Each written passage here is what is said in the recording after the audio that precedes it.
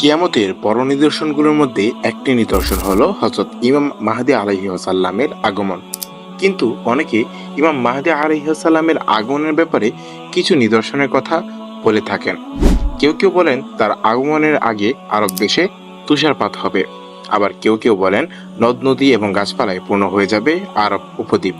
প্রকৃত বিষয়টি কি তা জানবো আজকের এই ভিডিওতে। আশা করি ভিডিওটা আপনাদের অনেক ভালো লাগবে।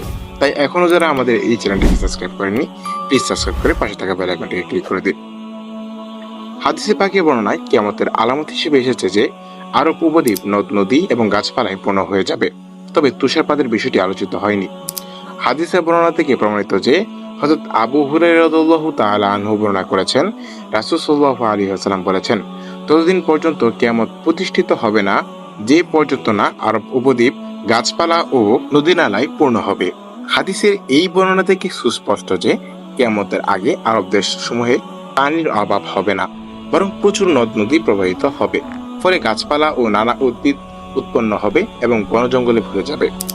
রাসূল সাল্লাল্লাহু আলাইহি ওয়াসাল্লাম আরও বলেছেন, ততদিন কিয়ামত ঘটবে না যতদিন না আকাশ থেকে প্রচুর বৃষ্টিপাত হবে। এতে মাটির তৈরি ঘরগুলো ভেঙে পড়বে এবং পশমের ঘরগুলো রক্ষা পাবে। হযরত আনাস রাদিয়াল্লাহু তাআলা আনহু বর্ণনা, রাসূল সাল্লাল্লাহু আলাইহি ওয়াসাল্লাম বলেছেন, ততদিন পর্যন্ত কিয়ামত হবে না যে পর্যন্ত না ব্যাপক বৃষ্টিপাত হবে, কিন্তু জমিনে কোনো ফসল উৎপাদন হবে না। উল্লেখিত হাদিসগুলোর কিয়ামতের আলামত বলা হয়েছে, কিন্তু ইমাম মাহদী আলাইহিস সালামের আগমনের আলামত বলা হয়নি।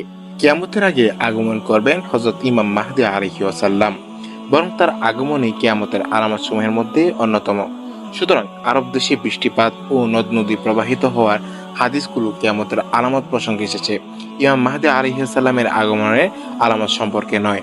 তবে এটি ঠিক, যেহেতু ইমাম মাহদী আলাইহিস সালামের আগমন কিয়ামতের একটি অন্যতম আলামত, সুতরাং এই দৃষ্টিকোণ থেকে চিন্তা ও গবেষণা করলে বোঝা যায় যে ইমাম মাহদী আলাইহিস সালাম আগমন এবং আরব দেশে নদ নদীর প্রবাহিত হওয়ার বিষয়টি প্রায় একই সূত্রে গাঁথা।